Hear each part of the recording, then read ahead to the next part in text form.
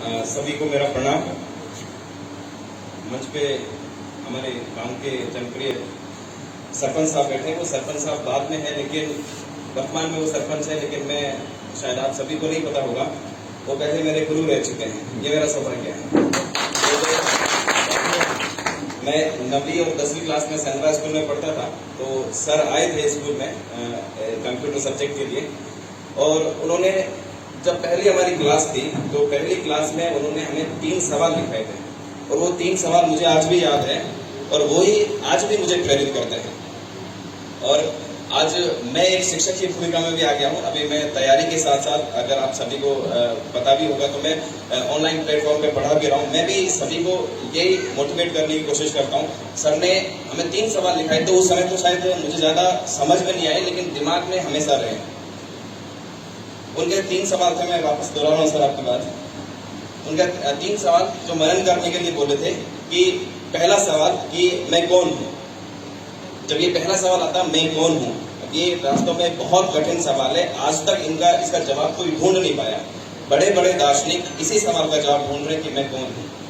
Sir ने वो सवाल हमें पहले सिखाया था, क्योंकि इस सवाल का जवाब ढूंढते ढूंढते बहुत व्यक्ति बड़े बड़े दार्शनिक बन गए, लेकिन उनका जवाब नहीं मिल पाया। सर ने हमें वो सिखाया पहले। दूसरा, उन्होंने कहा दूसरा सवाल कि मैं क्या बनना चाहता हूँ। इस सवाल को आज भी मुझे प्रेरित करता है कि मैं क्या बनना चाहता हूँ, इसका जवाब खोजना है। और तीसरा उनका सवाल था कि मैं कैसे बनूंगा। तो सर वो जो 3 सवाल थे आज भी हमें प्रेरित करते हैं, और मैं सबका प्रेरणा का स्रोत जो बना वो इन 3 सवालों की बदौलत बना। तो बहुत बहुत धन्यवाद सर। प्रधान साहिबा मैडम यहाँ बैठी, मैं उनको प्रणाम करता हूँ, और बहुत खुशी है कि मुझे बहुत अच्छा लगता है कि हमारी सेंद्रा स्कूल में मुझे अभी सर ने कहा कि आप आने वाली पीढ़ियों के लिए मैं बिल्कुल आप सभी को यकीन दिलाता हूँ। मैं आपको इस बात का विश्वास नहीं दिला रहा हूँ कि अगर मैं प्रशासनिक सेवा में जाता हूँ तो मैं पहले आपका काम करूँगा। मैं इस बात का विश्वास नहीं दिला सकता। क्यों नहीं दिला सकता? कि ये हमारे प्रशासनिक मूल्य होते हैं कि वहाँ पर आप सबके लिए बराबर हो जाते हैं। न आपका भाई भी, अगर सगा भाई भी आएगा तो वो पहले नहीं है। अगर कोई वंचित वर्ग है, पहले हम उसका काम करेंगे, हमारा भाई काम नहीं करेगा। हमारे प्रशासनिक मूल्य ये नहीं सिखाते हैं कि आपका धर्म, आपका जाति भाई आपके गांव का आता तो पहला उनका काम कीजिए। हमारा प्रशासनिक धर्म ये सिखाता कि आपके लिए जब प्रशासन में आ जाता तो आप सभी के लिए बराबर रहेंगे। पर मैं आप सबको ये यकीन जरूर दिलाता हूँ, मैं चाहता हूँ कि इसकी कभी आवश्यकता ही नहीं पड़े कि हमारे गांव का कोई भी व्यक्ति आकर याचना करे। हम सबको सक्षम बनना है, और मैं उस सक्षम बनाने के लिए सबके मार्गदर्शन में भी, जो मेरे छोटे भाई बहन हैं, छोटे साथी, हमारे छोटे दोस्त हैं, मैं चाहता हूं कि सबके सब सक्षम बने। सभी को सक्षम बनना पड़ेगा, और सक्षम हम बन सकते हैं। जब हम सक्षम बन जाएंगे तो हम दूसरों की मदद करने वाले बनेंगे। हमें दूसरों की मदद लेने वाले नहीं बनना है ना। तो हम सबके लिए, मैं आपके लिए हमेशा तैयार हूँ। मैं थोड़ा अपने बारे में भी बता देता हूँ। मैं करने के बाद अभी जब मैं तैयारी कर रहा था, उसके साथ साथ मैं ऑनलाइन प्लेटफॉर्म पे पढ़ा भी रहा हूँ, और लगभग 1.5 लाख से ज्यादा लोग मुझसे जुड़े हैं, स्टूडेंट जुड़े हैं। लगभग 7-8 स्टेट से मुझे नेपाल तक के स्टूडेंट्स का भी मैसेज आता है, तो मेरे लिए मुझे बहुत अच्छा लगता है। तो मेरे गांव के जो साथी हैं वो तो मेरे लिए सबसे पहले हैं। तो मैं कुछ युवा साथियों के लिए जो मैसेज देना चाह रहा हूँ, फिर मैं थोड़ी टाइम निकाल के अपनी कहानी की बात बता दूंगा। कुछ मैं अपनी जो बात रखना चाह रहा हूँ आप सभी के लिए। जो युवा साथी जो अभी कह रहे थे कि बिछू गए, ये जो बन गई है, देखो मैं सभी सुन रहे हैं। ये जो लस्ट होता है ना, जो थोड़ा सा मजा चाहिए होता है ना, वो शुरू में बहुत अच्छा लगता है, लेकिन ध्यान रखना, जिंदगी बाद में बहुत दुख देने वाली है। शुरू में सारी चीजें अच्छी लगती है, लेकिन वो बाद में बहुत दुख देती है। हमारी जब हम इंटरव्यू की तैयारी करते हैं तो हमें पूछा जाता है आपकी गांव की समस्या क्या है ना। तो मैं सब चीजें तैयार करनी पड़ती, तो मेरे दिमाग में एक ही चीज आती है कि हमारे जो गांव की सबसे बड़ी समस्या मुझे नजर आती है वो है युवाओं में नशाखोरी। अपने गांव में, इस क्षेत्र में ये बहुत ज्यादा है, और उससे बड़ी समस्या ये है कि हमें पता नहीं कि ये समस्या है। हम इसको ऐसे ही ले रहे हैं कि हाँ ये तो नॉर्मल है, सभी चलता है। मानकर चलिए, देखो हमारे युवाओं में यहाँ पर किसी में ऐसा कोई नहीं है जिसमें वो सक्षमता नहीं है, योग्यता नहीं है, काबिलियत नहीं है, लेकिन हमने अपनी काबिलियत को, अपनी क्षमताओं को कमजोर कर दिया है। किस वजह से? नशाखोरी की वजह से। मैं नशाखोरी की अपनी बात बताता हूँ। मेरा कजन भूपेंद्र जी, जो सभी जानते हैं, मेरे साथ पढ़ते थे, हम साथ में पढ़े हुए, 8वीं 9वीं 10वीं। 8वीं में सर भूपेंद्र जो अपने थे, 8वीं में हमारा कंपटीशन होता था कौन आगे निकलेगा। 8वीं में मैं 90% लेकर आया, 80% वो लेकर आया। उसके बाद जैसे वो 9th में आए, ऐसा भटके, उनको नशाखोरी की लत लगी, और जो उनकी इस युवावस्था में बड़ा बहुत दुख हमें आज भी है कि वो उसी वजह से हुआ कि वो नशा की वजह से कम उम्र में हम सबको छोड़कर चले गए। हम समझ नहीं पा रहे कि नशा हम सबको कितना बर्बाद कर रहा है।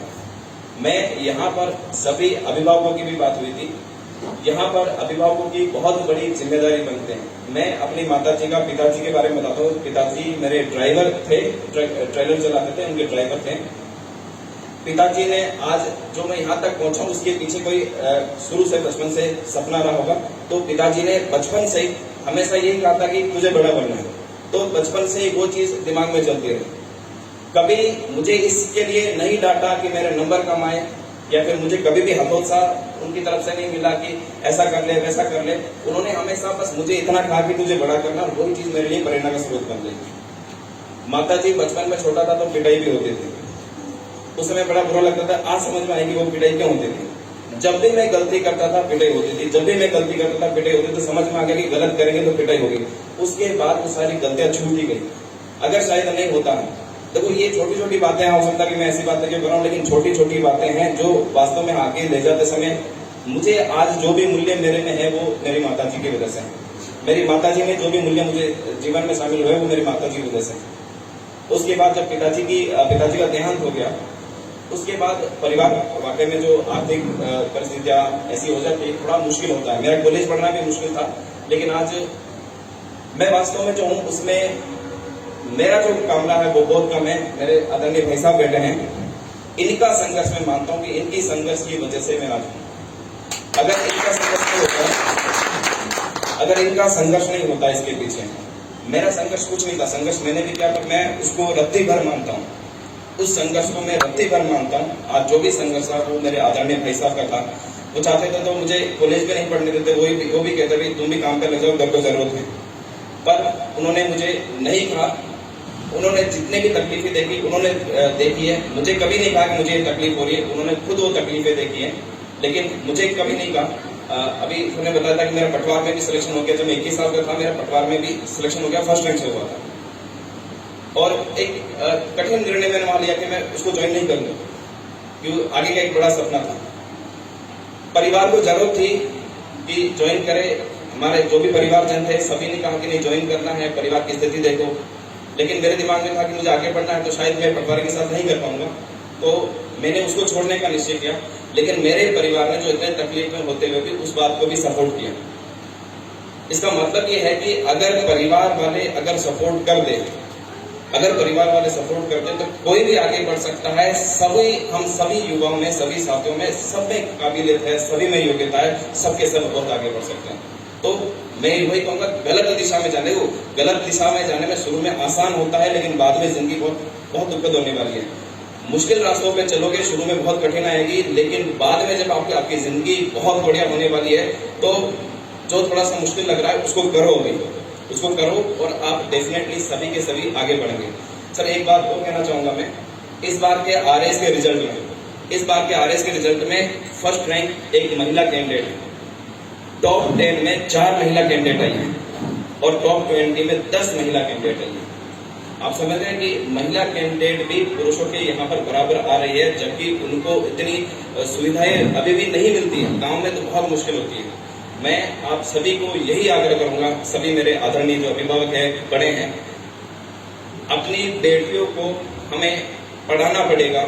बेटियों को आगे बढ़ने के लिए हमें सारी सुविधाएं देनी पड़ेगी। बेटों और बेटियों को बराबर मानना पड़ेगा, उनको आगे हमें ले जाना पड़ेगा। हम सबकी सामूहिक जिम्मेदारी है, हम सबकी सामूहिक जिम्मेदारी। एक जो बीज है, बीज में क्षमता होती है एक वृक्ष बनने की, लेकिन अगर वो बीज को हमने रोपा, थोड़ा सा छोटा सा वृक्ष बना, लेकिन अगर उसके बाद उसको खाद पानी देना बंद कर दिया, तो वो जिसमें बहुत बड़ी संभावनाएं थी वो खत्म हो जाएगी वहीं पर। हमारी बहुत सारी बेटियां जिनको हमने ज्यादा एजुकेशन नहीं दी, ज्यादा पढ़ाई नहीं दी, आज वो अगर किसी कारण से, पढ़ने नहीं कारण से, मैं बहुत देखता हूँ हमारे समाज में, और मुझे बहुत दुख होता है कि वो किसी न किसी दुख से जूझ रही है। वो अभिशाप बन गया है उसके लिए। वो अभिशाप हमारी तरफ से गया है, माता पिता की तरफ से गया है कि हमने कोशिश नहीं की है। मैं मानता हूँ कि समाज में ऐसी धारणा बन गई है ना, कि बेटियों को सुरक्षा देना, उनकी सिक्योरिटी हम सबकी सामूहिक जिम्मेदारी है। और बेटी अगर उनको मौका मिला तो उन्होंने साबित किया, पिछले चाहे IAS का हो चाहे RAS का हो, सभी में जहां पर भी बेटियों को मौका मिला वो आगे बढ़ी है। इसलिए मैं आप सबसे हाथ जोड़कर ये प्रार्थना करूंगा कि हमें बेटियों को आगे बढ़ाना है ज्यादा। मुझे लग रहा है कि कोई सीरियस बात ले नहीं रहा है इसमें कि ये कौन सी बात कर रहे हैं, है ना। बेटियों का नाम आते कि ठीक है, बेटियों को आगे बढ़ाना, उनको पढ़ाना भी उतनी ही जरूरत है। अगर आज वो तकलीफ में है तो उनके जिम्मेदार वास्तव में हम हैं, क्योंकि हमने उनको बराबर पूरी एजुकेशन नहीं दी है, उनको देना भी बहुत जरूरी है। और इसके अलावा सर मैं भी बिल्कुल आपसे आज यही बात करने वाला था कि बहुत जरूरत है, हमारे यहाँ पर एक लाइब्रेरी होनी चाहिए, जिसकी घोषणा पहले से हो चुकी है। लाइब्रेरी होगी, एक लाइब्रेरी, मैंने महसूस किया कि एक लाइब्रेरी कितने ही विद्यार्थियों का जीवन बना सकती है, कितने ही विद्यार्थियों का। मैंने अपनी स्टडी में ये सीखा है कि एक लाइब्रेरी कहाँ से कहाँ पहुंचा सकते हैं, एक लाइब्रेरी जैसी सुविधा मिल जाए। और उसके बाद मैं तो चाहूंगा कि लाइब्रेरी के बाद एक खेल का मैदान भी बने व्यवस्थित रूप से। हाँ जरूर सर, बहुत बहुत धन्यवाद। तो मैं इतनी बात कहना चाहूंगा। बाकी मेरा ये तीसरा इंटरव्यू था RAS के लिए, और इस बार रैंक मैंने जितना अनुमान लगाया था, रैंक उतनी अच्छी नहीं आई है मेरी। 584 रैंक आई है 1051 लोगों में से। टोटल 1051 पोस्ट थी, उसमें से मेरी 584 मेरी रैंक है। थोड़ी पीछे आई थी, मैं 2 दिन निराश भी रहा था, क्योंकि मेरी अपेक्षाएं जितनी मेहनत करी थी, जितना इसमें स्ट्रगल था, मुझे लगा था कि अच्छी रैंक आएगी, पर हो सकता है कुछ कमियां रही, मैं उसका एनालिसिस करूंगा। तो मेरा मन नहीं था वास्तव में सर यहाँ आने का, कि मुझे लग रहा था कि जो मैंने सोचा था वो वास्तव में मिला नहीं। लेकिन फिर सोचा कि हाँ शायद ये भी बहुत सारे युवाओं के लिए। मुझे निराशा इस बात की नहीं थी कि मेरी रैंक भी चाहिए, मुझे निराशा इस तरह की बहुत सारे मुझसे अपेक्षा लेकर बैठे थे, बहुत सारे लोगों की मुझसे अपेक्षा थी। अगर मैं वो रैंक लेकर आता तो शायद बहुत लोगों के लिए बहुत बड़ी प्रेरणा बनती। और होता है, बिल्कुल सर ने तो बताया कि बिल्कुल होता है, जब एक व्यक्ति निकलता है उसके बाद से एक लाइन लग जाती है। लेकिन लाइन ऐसे ही नहीं लगती है, हम सबकी एक वापस सामूहिक जिम्मेदारी है। सर आपने लाइब्रेरी का बोला, मैं भी यहाँ पर, क्योंकि मैं आज सक्षम हो गया हूँ इतना, मैं तैयारी के साथ साथ ही, तैयारी के दौरान बहुत मैंने संघर्ष किए, आर्थिक परिस्थिति से जूझा, लेकिन मैंने अपना काम भी शुरू किया था। और आज इतना सक्षम हो गया हूँ कि मैं भी लाइब्रेरी में जितने भी पुस्तकों की जरूरत पड़ेगी, मैं अपनी तरफ से सारी व्यवस्था करूँगा। और इसके अलावा जब भी मुझे मौका मिलेगा और सर मुझे आमंत्रित करेंगे, मैं बिल्कुल सर हमेशा आपके कहने पर हाजिर हूँ। सभी बच्चों के लिए, चाहे स्कूल में हो, चाहे लाइब्रेरी में हो, चाहे पंचायत में, अपने सभी युवाओं के लिए मैं बिल्कुल हमेशा के लिए हाजिर हूँ यहाँ पर सर। तो बस इतनी ही बात मुझे कहनी थी, और यहाँ पर मैं विराम दूंगा अपने शब्दों को। बहुत बहुत धन्यवाद, आपने मुझे इतना जो सम्मान दिया। मैं वास्तव में 2 दिन थोड़ा सा निराश रहा था और घर से रूम से बाहर भी नहीं निकला, लेकिन मुझे लगा कि ठीक है, शौक जो थोड़ा 1 दिन 2 दिन का मनाना था वो मैंने मना लिया। अब सभी लोगों से, अपने जनों से मिलना भी था। तो आपने जो इतना सम्मान दिया, वाकई में मैं बहुत ज्यादा अभिभूत हूँ। आप सभी का बहुत बहुत धन्यवाद, दिल से धन्यवाद। Thank you.